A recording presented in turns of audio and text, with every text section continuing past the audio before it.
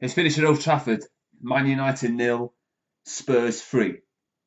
That's now 3-0, back-to-back defeats at Old Trafford. Another record that bald-headed bastard Ten Hag has broken. His glum face on the touchline. The guy should have went in the summer. Spurs scored 3. Solanke, Johnson got the first. Kulusevski got the second with a very good finish. And then Solanke with a tap in, with a flick on by the substitute who was only on for 45 seconds. They utterly, thoroughly deserved the win, Spurs. They were absolutely fantastic. And if Tino Werner wasn't on the pitch and Son had those chances, it finishes 5-0. I thought Werner was an absolute disgrace because we were fortunate to just be 1-0 down at half time. And people keep saying, oh, but Ten Hag, you know, he's the right man for the job. He's never been the right man for the job. Every single, before season starts, your bread and butter is the Premier League. You've got to do better in the Premier League. You have to. You know, all the players that Ten Hag has bought, he's either worked with them at Ajax or worked with them elsewhere. And you can't do that. You don't see Pep, as I said before, you don't see Pep Guardiola buying the Barcelona team when he went to Man City. He just didn't do it, did he? Or when he went to Bayern Munich. So it's ridiculous for Ten Hag to buy the players. And if Ineos don't sack him tonight, or preferably on Monday, then they need to go. But you got top reds writing love letters to the club. Oh, please keep Ten Hag. You know what I mean? It's ridiculous. And that's why I said before, and I'll keep on saying it until it gets drummed into people's memory banks. The reason we haven't won the league title is because of these YouTuber far top reds. I love the army and the army loves me. That sort of thing. The anti-Semites and the far top reds. You know who you are, by the way. That Brent Gobit Sandro, his fucking name is, the Forest fan, which he openly admitted in a podcast. I mean, people are surprised that I knew this back in 2014.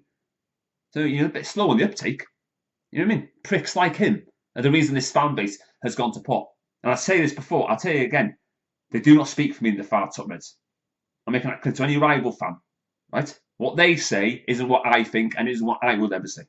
They're a disgrace to humanity and they need to fucking go. Right? The players should be booed off the pitch at full time. And the players and the manager clapping like demented seals. It's an absolute disgrace. We shouldn't be talking about this fraud of a manager. He hasn't got the Midas touch.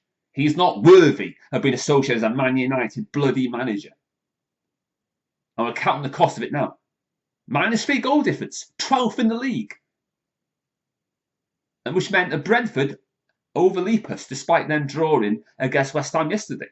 I said there'd be relegation. And where's all these fucking far top reds with McTominay? Where's all your McTominay haters now? You know, Ten Hag's only in the job because McTominay saved it. And that is not an opinion, it's a fact. And he was the sole reason that Ten Hag lasted as long as he did. Because he should have went long ago. So in a way, I am slightly torn. I would have kept McTominay. But in a way now, it shows that without McTominay and Ten Hag to get off the bench, we're basically now redundant. And McTominay will win the league long before us. Because he's a fantastic player. He's playing in one of the best managers in the world in Conte. And he will win the league at some point. We won't. We just won't. And I thought Rashford was another, that lanky street of piss. Marcus Rashford. Unprofessional. He should be fined a week's wages. For the first goal, what's he fucking doing? Dilly-dallying. He loves a bloody campaign, doesn't he, Marcus Rashford? Loves to feed the bloody kids. How about we do another campaign, Rashford, and feed the old people where they've got the winter fuel allowance taken off them? But Rashford won't do that because he fucking wants a bloody, being with the kids. Meet Barack Obama. The PR machine in overdrive when it comes to him. I can't stand the guy. He should not be at Man United. I would have sold him. Even with the 30 goals he got, I would have still sold him. And if we win an FA Cup and he gets the same goals, I still want him gone. If we win the Premier League, I still want Rashford gone. I don't care anymore. He shouldn't be here. It's all me with him. He's so selfish.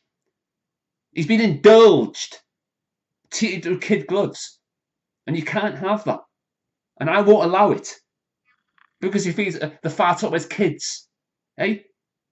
Taxpayers' money it was. Rashford didn't dip into his own pockets and paid for it.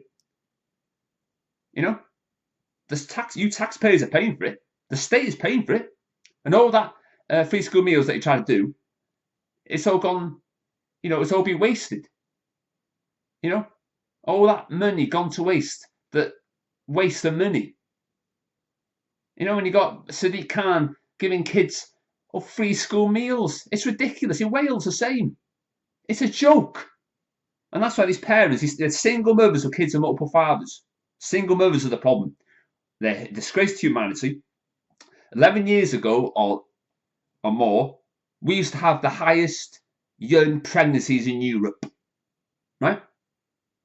And they get everything handed onto a silver platter. But Rashford shouldn't be at this football club. I hate the guy. I absolutely despise the guy. It's about time his mates in the media and on YouTube call him out for what he is. He's a fucking stinking rotten fraud. He's a headless chicken. Doesn't deserve to be on that football. Doesn't deserve to put that Man United shirt on. He doesn't deserve anything. Because he is out of his depth. And so is the manager. And I thought I'm glad Bruno Fernandes got sent off. It's long overdue. He should have got sent off against Liverpool. Was it last season? I was confident he should be red carded. He should be banned. And now we're going to miss him for 3 games. And I'm glad about that. It was a disgusting, awful, over the top. It was a thuggish challenge. It was a leg breaker. And Maddison is lucky that he escaped the clutches of Bruno. Because he shouldn't have done what he did. But now we're counting the cost of it. And he costs us the game. And Rashford costs us the game. Zerke, what does he do except for running around like a headless chicken himself? He did nothing in that match. I didn't think he did anything significant. I thought he was absolutely awful. Nagate, we bought a lanky street of piss like him, what, £50 million for him. PSG were happy to get rid of him. They stuck him in the reserves because he brought the club into disrepute. And that's what they did. And Talan needs to go. It has to go. And Zerke is becoming a dud. 1 goal off the bench, and that's all he's got. Rashford, scores a hat-trick against Barnsley in League fucking 1. He's back, apparently. He's going to get all the goals. He's going to be our saviour once again. Absolute rot. I hate Rashford with a passion.